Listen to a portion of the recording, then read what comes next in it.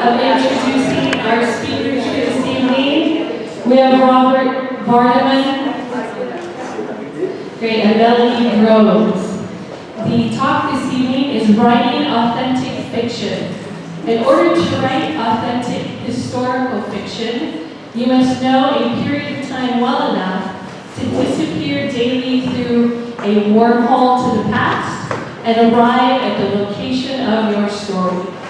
There, you must understand the customs and use the manners perfectly enough to be accepted by people walking the streets, if there are streets, and to dress yourself and to make a living. Robert Vardeman and Melanie Groves will discuss what historical fiction is exactly and how to make it come alive in your story. As far as their bios, Robert E. Vardeman writes westerns under many pen names, including Carl Lassiter, that's a very western name, and Jackson Lowry. As Jake Logan, he writes 115 titles in the Slocum series and 9 as John Sharp in the Trailsman series. In 2017, Bob was honored with the Western Fictioner's Lifetime Achievement Award. And he's also a full-time freelance writer. Yes. Melanie Groves pens anything Western. She's the winner of numerous writing awards. And Rose says that she has her favorite, which is the historic farce of the Southwest. Yes! She said she bought 3 copies of it and she loves it. So she wanted me to say it again. Historic farce of the Southwest. Melanie writes, in addition to her articles that appear in national and regional magazines, when not writing, Melanie plays rhythm guitar and tambourine with the Jamming Time Band. If you'll help me welcome both of them.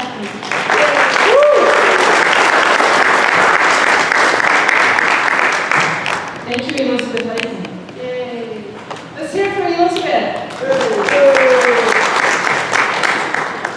I've already noticed that there's going to be a problem here with the microphone, so I think I'm going to raise it so Bob doesn't have to bend over. If I can figure out how to raise it.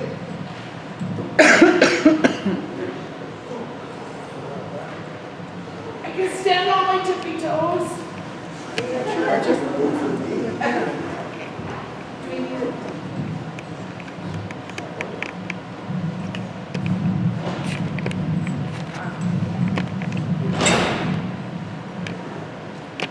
See, I didn't take this into account when I asked Bob if he would give us a talk with me about historical fiction. It didn't dawn on me that there's such a height difference. I've known Bob for a number of years, and he's a very nice and tall person. So tonight we're going to talk about historical fiction. And I asked Bob to come speak, and I'm going to rely on him to do most of the speaking because Bob has just a couple of books out. Like 400 or 500. Really? He does. He did not bring all of them tonight, but he's more than happy to sell some of them, and I am too. I've got mine back at the table over there, and I think Bob will probably have his back over there too. So the question is, what is historical fiction? And I know a couple of you are here tonight because that's what you're writing and that's what you want to write. So somebody give me an idea of what you think historical fiction is. Like, everybody put your hands down. There's so many of them. Okay. We've got 2. Okay, did you have your hand up? Well, yeah, I've always heard it's fiction. It's said from about the Vietnam War back. Okay. I read that somewhere. Anne? Just fiction, but using historical historical characters or historical events in, as if you were writing about something that really happened. Right. Yeah, something that happened like yesterday. When you think about it, yesterday is history. So it doesn't have to be from the Vietnam War back. And those of you who are young, the Vietnam War was in the 1960s and early 70s. You'll probably read about it in a history book later on. Historical fiction is literally from yesterday backwards. I know a couple, and Sue, Bob, and I both belong to Western Writers of America, so we know some of the same people. We know people who write about the West in like 4000 BC, or what is it, BCE now to be politically correct, and I don't get that, that's a long time ago. Where my mind goes is into the 1860s, 1870s. Bob's goes about that time too, and he's going to talk about his books and where he goes. But I wanted to talk about, and I'm going to really let Bob talk, about historical fiction, what it is not. It is not a chance to preach. Maybe the idea of slavery is big, and of course in the 1800s, slavery, and the 1700s were a deal. The 1700s, it was a big deal. Historical fiction, writing it, is not your opportunity to talk about how raw slavery was or what a good idea it was. This is not a place to preach and a place to put your own ideas. This is a place to simply say, this is what happened. It's a story. It's also not the place to write down everything that you've learned in your research. That's called a history book. You don't want to write another history book. There's plenty of history books out there. What you want to do is write a story that has some historical information in it. So what historical fiction is plain and simple, a story. That's it, story. You have to have characters, you have to have conflict. And the rest is gravy.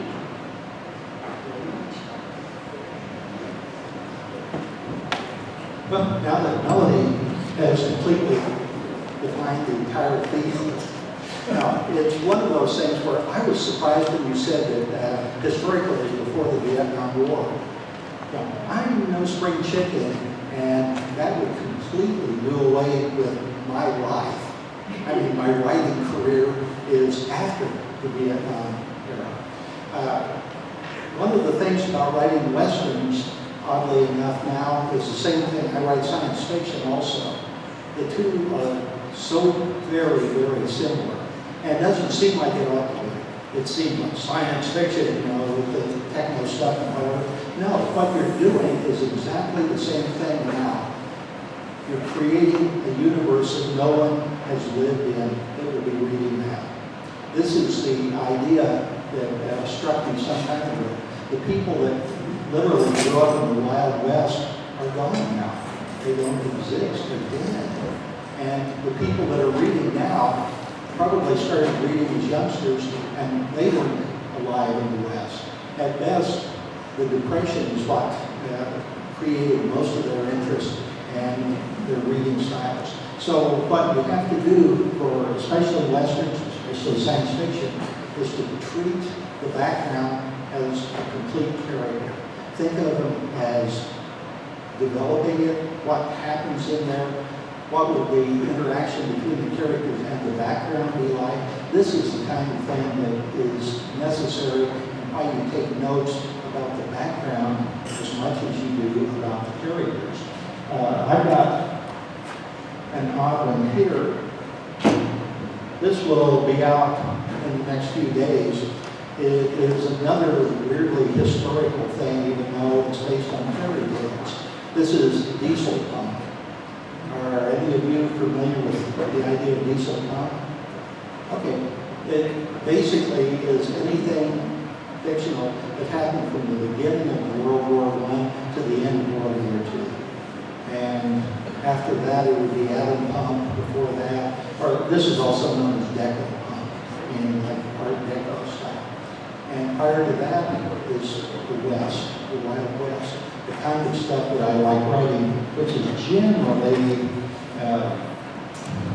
the things I do is from the Civil War up to the closing of the West around 1880 or 1890. Is that not working at all? I am not getting to the back. I'm almost willing to try it without the microphone at all. Is this better? No, use the mic. Okay. This is one of those things that I hate with a vengeance. Microphones, because I put a lot. Expiration, exhalation, whatever. One of the things that you really have to do to write historical fiction is to be interested in reading historical fiction. Know what other people are doing in the field, and even more so, what are the non-fiction things in the field. You have to enjoy it, you have to want to see, wow, what's that doing? Why did those people do that? And keep that in the back of your mind.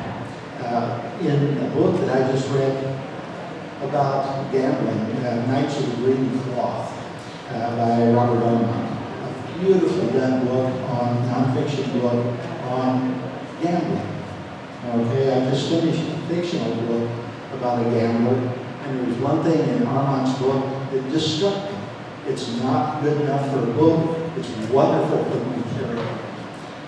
My character is a washed up over the hill gambler.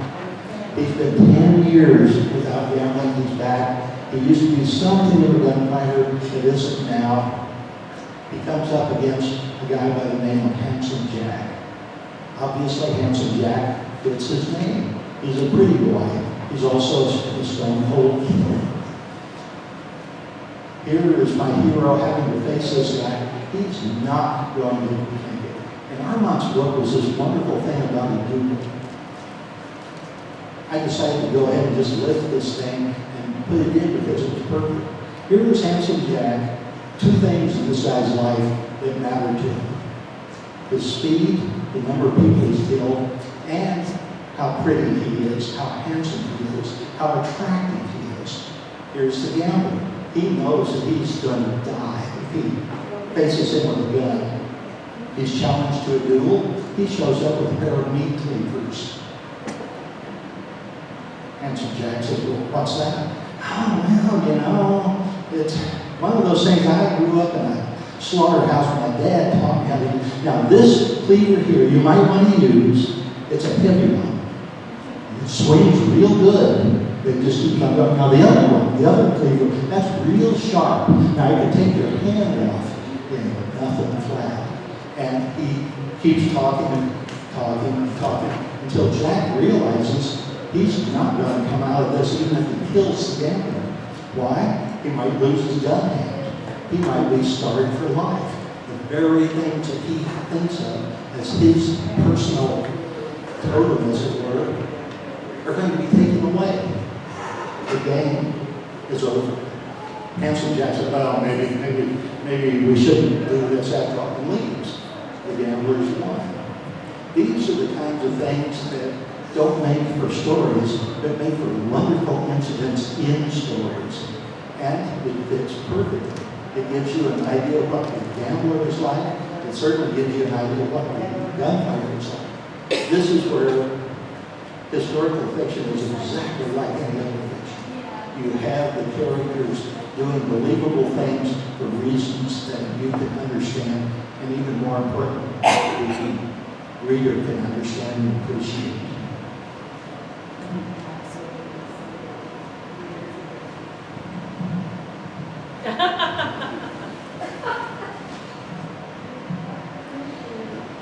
Often people have asked me where I get my information in my books.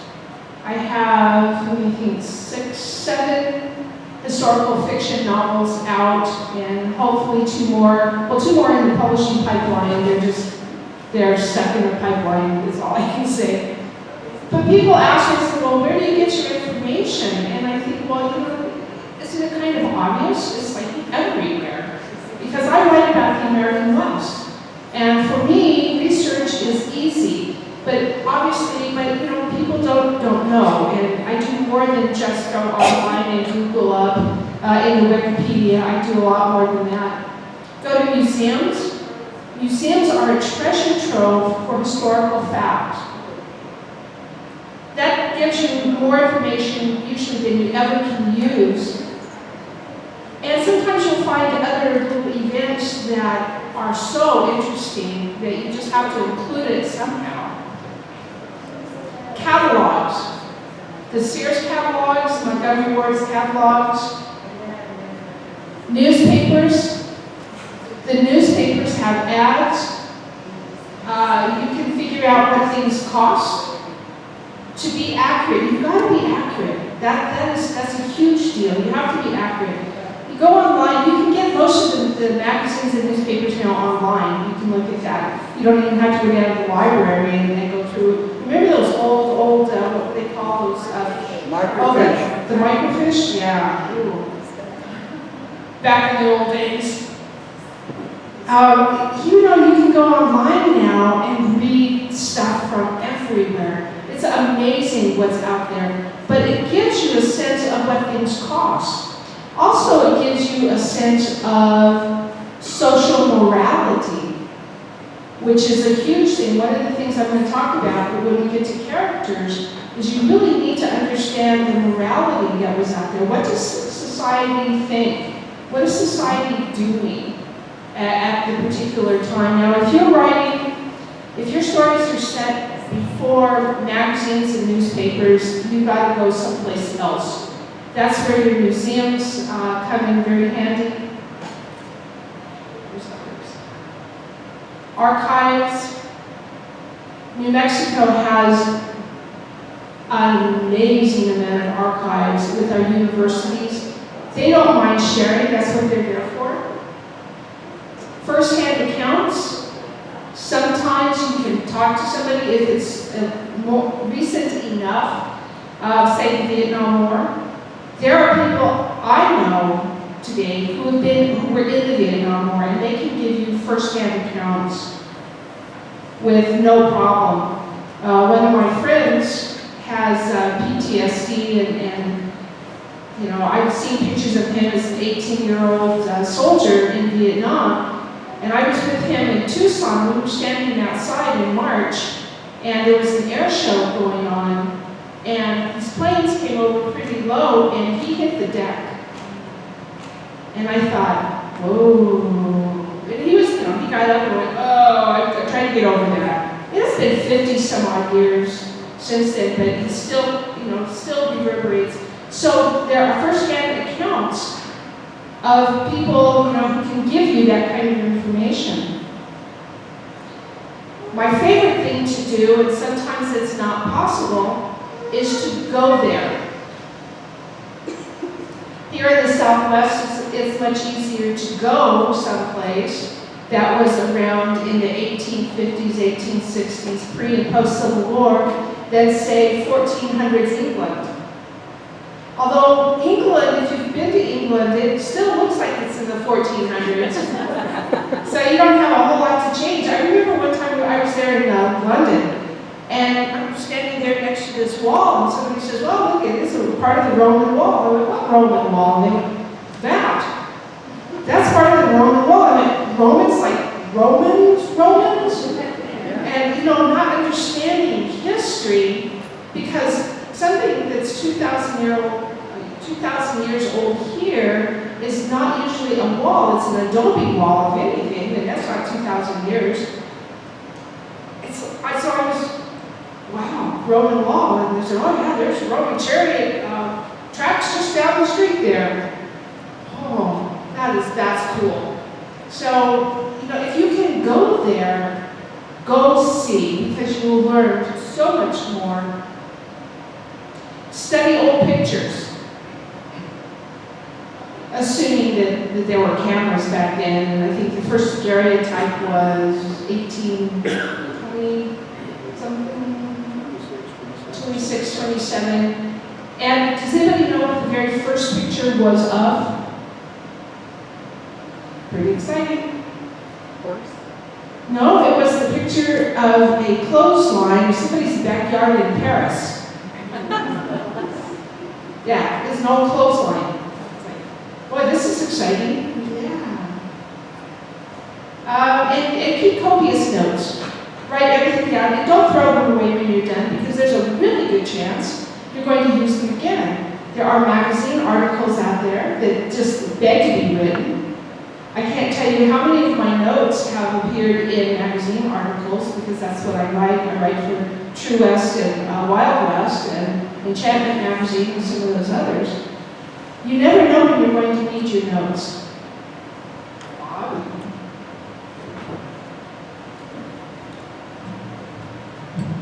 I may not be as much of a stickler for the exact truth as Melody is.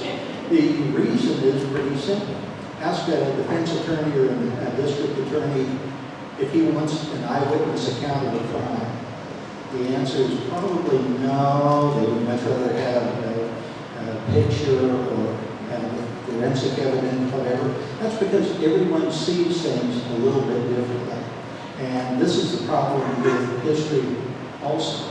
You're getting the individual story, which maybe is exciting, maybe wonderful, maybe the kind of thing that'll keep you on the edge of your seat. But on the other hand, it may have been retold 40 times and enhanced, let's call it enhanced, each time. One of my favorite Western characters is Charlie Russell.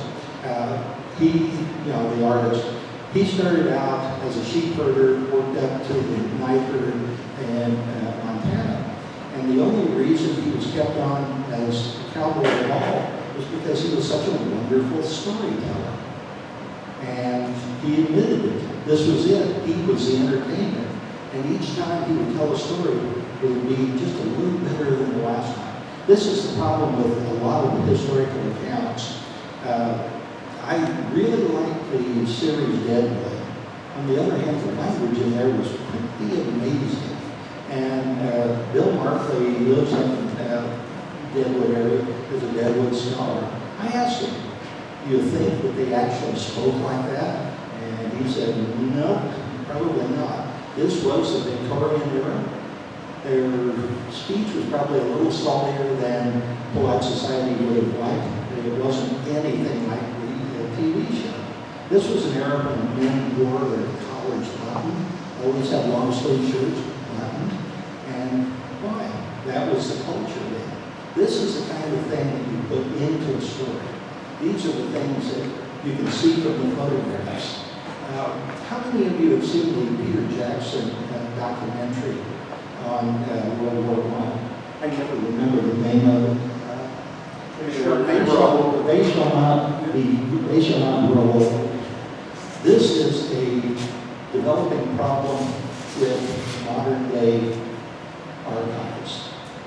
He took old World War I footage, colorized it. He took that same footage, he cleaned it up. He made all sorts of amazing technological changes. It looks like something that was filmed this week. Then he went one step further. He looked at the people, what division were they from. He went to that area of England and found people that could speak in that dialect and lip sync the people that were in the movies. So he took old crappy World War I footage and turned it into something that looks as modern as can be. Then he's gone even farther than that. He's found one where the officer was talking about the orders of the day. He found the actual written order of the day, and then found someone who could mimic and essentially lip sync with them.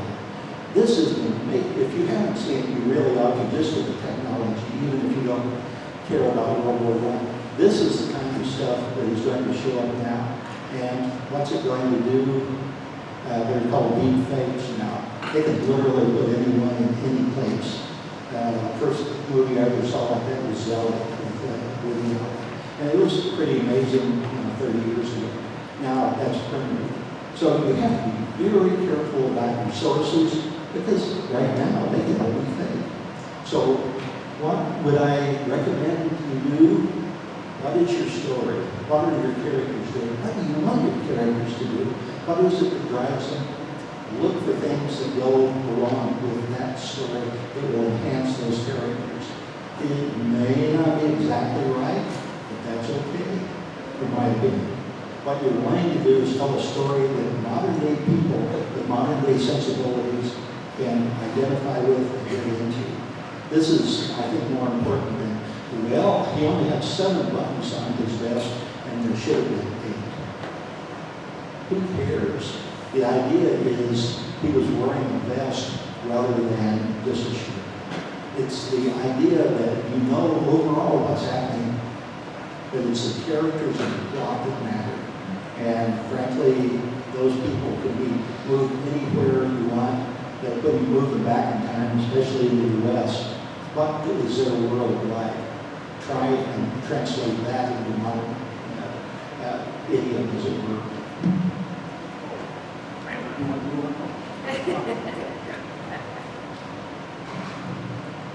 We rehearsed this, Bob and I did. Yeah, can you tell? Yeah. I saw him at Arby's the other day and I went, Bob, what do you want to talk about? He goes, I don't know, we should say something.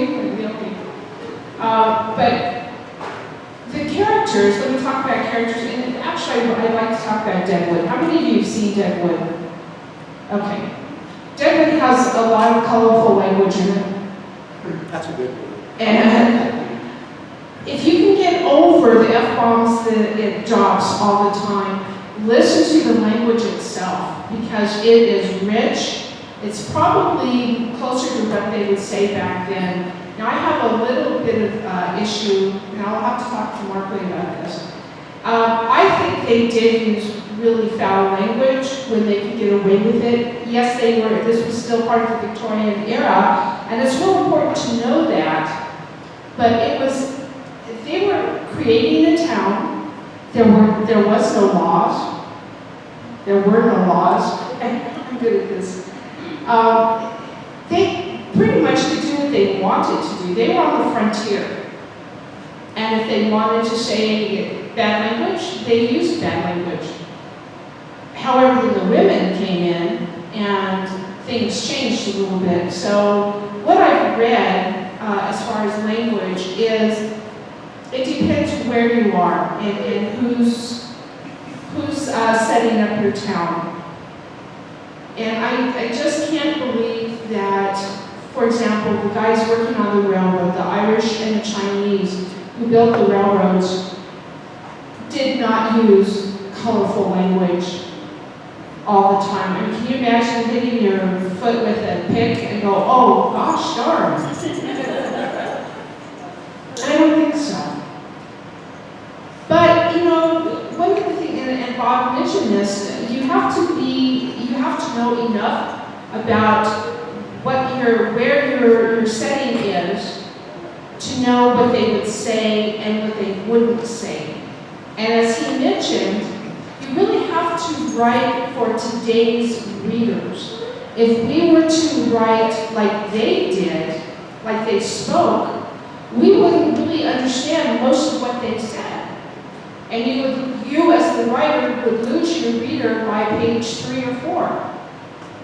I've read an old Mark Twain, like the original Mark Twain, and I'm just looking at that going, what?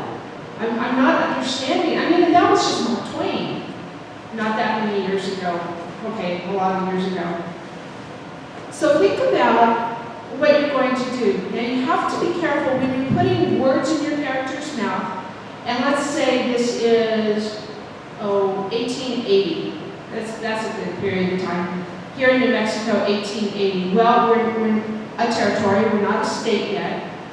So some of the words that we're going to use does not have to do with statehood. As a matter of fact, a lot of our words would be in Spanish. We spoke a lot of Spanish. Here in Albuquerque, in an old town, again, it's something important to know, we had a lot of immigrants. Once the train showed up in 1881, we had a lot of immigrants come in who spoke Italian, German, the Irish, although they speak English-like, Scots. Those guys came in by the busload and changed their, they didn't speak Spanish. And you think about the Native Americans who were here, they didn't speak Spanish either until Spain came in and decided this was now part of Spain. And so they introduced Spanish and horses to the Indians. And now the Indians could communicate, which was kind of cool. But you have to kind of know that. So there's no reason why you can't, with your characters in 1880, why you can't throw in a Spanish word or so. Even the Irish, even the German, those guys living here would know some Spanish. You have to know Spanish in order to communicate, even if you're German, which would make it really interesting. Now, the other thing that happened, again in your history, thinking about your characters and where they're coming from, is before 1821, Mexico, Spain ran this part of the country. 2021, Mexico won the independence from Spain. The first thing they did, or almost the first thing they did, was open up trade to the United States. Before then, now remember we were part of Mexico here, we were part of Spain, now we're part of Mexico, opened up the trade route to the United States. So William Becknell in 1821 up there in St. Louis decides he's going to bring stuff down into Mexico City. He comes through right through here into Old Town. Albuquerque was not here yet, but Old Town was. All of a sudden, there's people who speak English. There's goods from the East Coast, goods from Europe that have come over into St. Louis. All of that trade, and all of a sudden, everything's coming together. And so you're going to see this world kind of meshing and melding. So when you're writing, you think about your characters a lot like Gail did. Where's Gail? I don't know where she is. And her character, take it from her point of view, from this girl's point of view. Why does she not want to go back to her family? What happened? So when you think about this story, when you write historical fiction, it's story, story, story. That's the whole thing. Your characters. But think about what they say in today's language, but be careful with your slang. It's easy. Like the word Tony. I was using that in one of my books that said in 1872. Well, I'm thinking Tony is a great word. You know, oh, this town is Tony, and my clothes are Tony. And so my editor says, no, that's too modern of a word. I said, no, it isn't. It's old. Well, I went online, and sure enough, she was right. It's much more of a modern word, like we're talking 1910, 1920. Well, you can't have a word in 1880 that wasn't invented until 1910. So be careful with your words and be careful with your slang.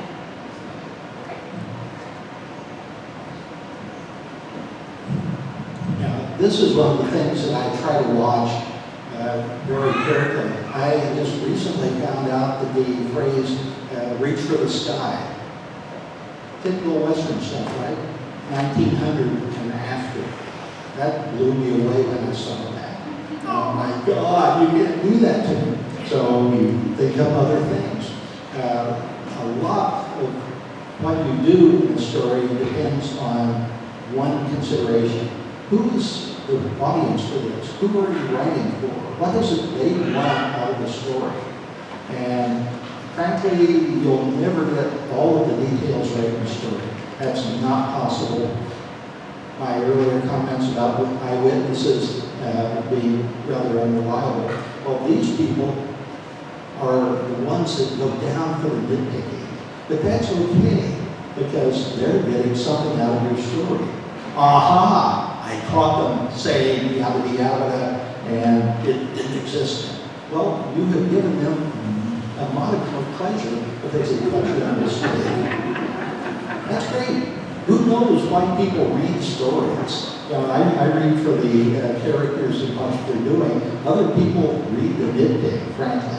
But we should try to be as accurate as possible, and there are some things that I just can't track down.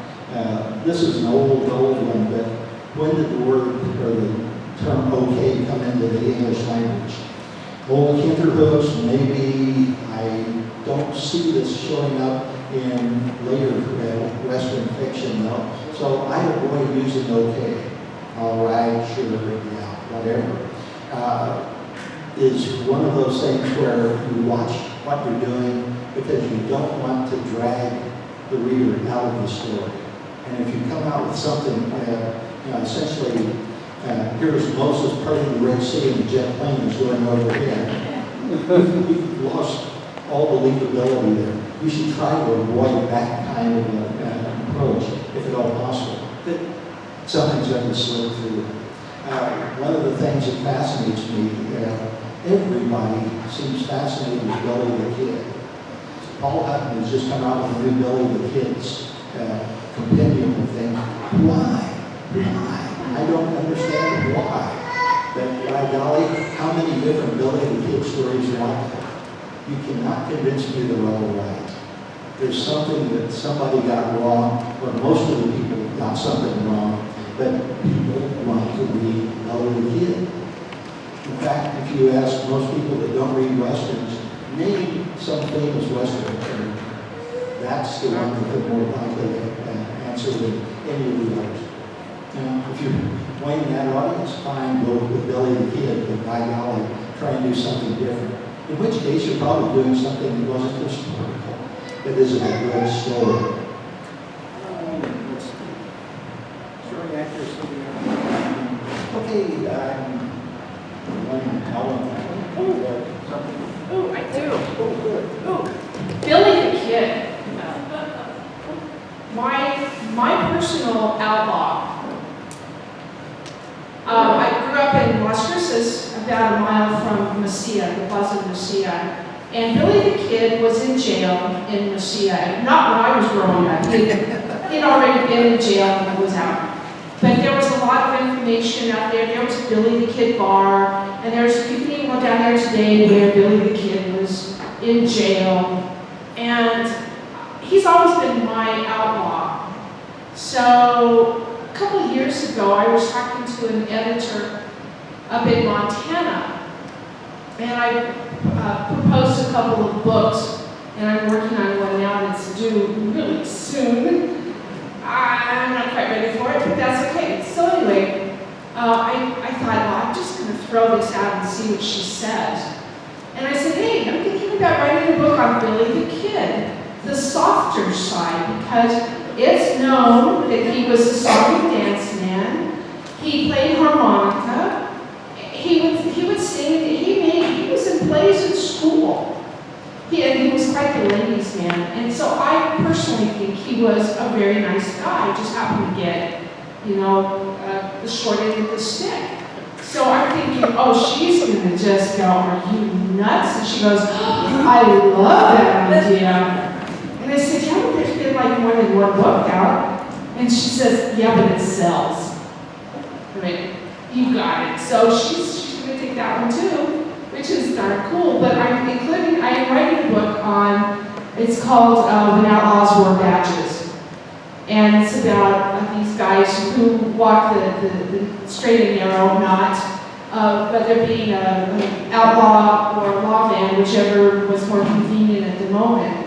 And I'm finding right now, I think I have 20 that are easy, but so I'm going to do Billy the Kid, because at one point he was actually a regulator, and which meant that he was a lawman. And so I'm going to include him, and I had a couple of historians tell me, oh, you can't do that, because he was just a no good. I'm going, no, he was a really nice guy, and I'll prove it to you. The other guy I'm doing is Wyatt Earp. And what I've discovered is Wyatt Earp has two camps. Either you love Wyatt, and he could do no wrong, or he was just a man who did some wrong things and paid the price a couple of times. And this friend of mine, who we both know, who lives in Arizona, is apparently a Wyatt Earp aficionado, and he threatened me. He goes, do not put Wyatt Earp in your book. You went, oh, it's going to chapter 1. Because it sells. It sells really well. So we were talking about characters, and again, find a character, create one, as Bob was saying. You create your own character. You can base it on somebody, but this is fiction. You create a character and let them walk through historical events. And that does everything. And what you don't want to do, and I just finished reading a book that does this really poorly, is data dump. You don't want to show everything that you've researched. What you've researched, those notes are for you, and not for your reader. So what I'm saying is, for example, you have a guy on the Pony Express. Everybody familiar with the Pony Express? Okay, you jump on the horse and you go off, you ride off to the next place. Well, what we know is that the riders were young, they were orphaned, anywhere from the ages of 13 to 18, because it was there was a good chance they were going to get killed. It was very hard work, and Indians would come in, or they'd fall off the horse, or the horse would go down, or whatever would happen. So you have, your character is going to be one of those Pony Express guys. He's going to jump on the horse. Now you being the writer, have read a lot about the horses. You know a lot about this particular breed of horse, kind of like airplanes. You know a lot about airplanes. You know a lot about horses. You've read for weeks about horses that were used in the Pony Express. So you've got your guy on the horse, but you're not going to talk about the horse and the breed and how long it's been in North America and what it eats and how long the life expectancy is and what colors it can be. You have read books like that, right? Just not. Just, go with me here. Yeah. It's not what you want. Don't do that, please. In your own mind and on your notes, you know that this horse can go 20 miles an hour. At some point, the guy on the horse can be thinking, wow, I bet it's going 20 miles an hour. I understand you do that. And that's it. That's all you need. Or you can have, at some point, your guy is sitting in the bunkhouse waiting for the other rider to come in, and you're going, well, I sure wish I had old Blackie over there, because Blackie, is a African thoroughbred, and then you want to stop right there. And somebody goes, just shut up. What's for supper? What's the grub? You just don't want to dump a bunch of information on people. They'll figure it out. A few years ago, I was needing to know about infield rifles, because they were very popular during the war. They're British. And I don't have an infield rifle, and there. So I was in, of all places, south of Lawrence, Kansas. And there was a Saturday when they were doing kind of a reenactment thing. And guess what they had? Infield rifles. So I got to hold one, and it's heavy. They're heavy, and they're long. So when I go back to write, I know what they feel like, but I don't have to say, well, they're 18.3 feet long and 14 pounds. But you read stuff like that. And what that is what we call author intrusion. The author is going, look what I've learned. Isn't this great? No. No, it's not. You as the writer, just give a little tidbit of information, but you have to get it right. So, for example, you have the guy on the back of the horse, and the guy's got to be young. So you don't want a character who's 45 trying, with his old creaky knees, trying to get on that horse. It doesn't work. So you have to know that much to make it real.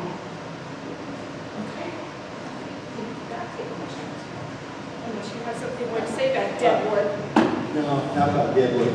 About sneaking in details. If the guy on the Pony Express horse is going 20 miles an hour, he doesn't know that. You have to be sneaky about introducing that. He's got to make the next 20 miles in 1 hour. Let the reader figure it out himself. It's that simple. Open to questions. Ready? Yes, ma'am. You mentioned 2 gambling books early on, a nonfiction one and a fiction one, and I didn't get the author or the name of either one. Okay. Knights of the Green Table is the nonfiction one by Robert K. Arment. Spell the last name? Arment. And the other one is by none other than Jackson Lowry, called The Big Deal. It will be out, I don't know when it's scheduled to come out, but it's coming out soon. It's Okay. fine. On Knights of the Green Table, Knights of is the that Green like a knight that is dark or a knight that's on a No, horse? it's like on a horse. The chivalrous part of it, the entire take was the gamblers were sort of an elite society and acted on it. But they also gambled at night, so I couldn't tell from that. Some of the gambling went on for days and days. One of my favorite stories was about a riverboat gambler. He cleaned this poor guy out of his mortgage money, and the guy pulls the gun on him, he's going to shoot him. And wait, come on outside, let's talk this over. Look, I know it's your mortgage money, but I just can't give it back to you. Let's go back in and deal one more hand. And you bet your gun against all of the mortgage money. You can pretty well guess how that came out. My guess is that deal probably wasn't straight. Other questions? Oh, come on. Yes. Well, you mentioned that you need to have your reader, to someone today, you've got to capture them and get them involved. But you also need to be true to the 1880s, let's say. So, what was normal and was the ethic of the day in 1880, you need to be true to, but tell it in such a way as today's reader can identify with it and go with it, because today's reader, if you will, culturally, is not in the same place. Tricks of doing that. Yeah, this is why I consider writing westerns to be just like science fiction. You're creating a society of the world that nobody that's reading that is ever going to do. Mm-hmm. How you do that depends on your story and what characters you want to put in. Okay. Also, to piggyback on what Bob said and to answer a little bit of what Joe was saying, people are pretty universal, and I think I mentioned this in my workshop about, forgot what my workshop was. Anyway, people have universal feelings. Even in the 1880s, they were happy, they were sad, they were lustful, they were wistful. They had all the emotions that we have nowadays. So how they express them makes a difference. And you think about like English society in the 1880s, even today, they're a lot more, not refined, but a lot more, they keep things to themselves. They don't say quite what the Americans do, what we do. I think you just really need to get in there and level around with your characters, put them in a position, and what I would do, what I like to do to set the tone is I put them in action first off. Absolutely first off. And somebody told me years ago when I was first learning to write, they said start where the character's life changes, where his life or her life changes. So in one of my books, it starts off on page 1, he's being attacked by Indians. His life is changing. very differently. It's not like, well, he gets up in the morning, has a cup of coffee, you know, he's thinking about going, getting some more gold, and maybe he's going to go down to the stream. No. It starts with he's ducking because the Indians are attacking. It's just a thought. Looks like we're done. I think there was a hook involved here.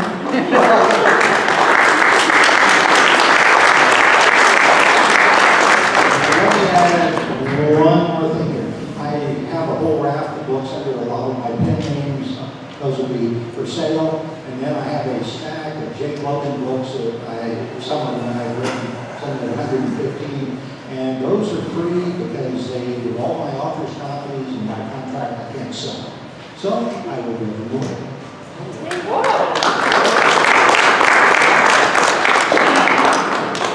Well, thank you to both of these wonderful, wonderful authors. And, it's funny you said that about science fiction and Western fiction being alike. I just read a quote by George R.R. Martin, who said he thinks that they are very, very similar and for the same reason. George stole that from me. Yeah, he stole them.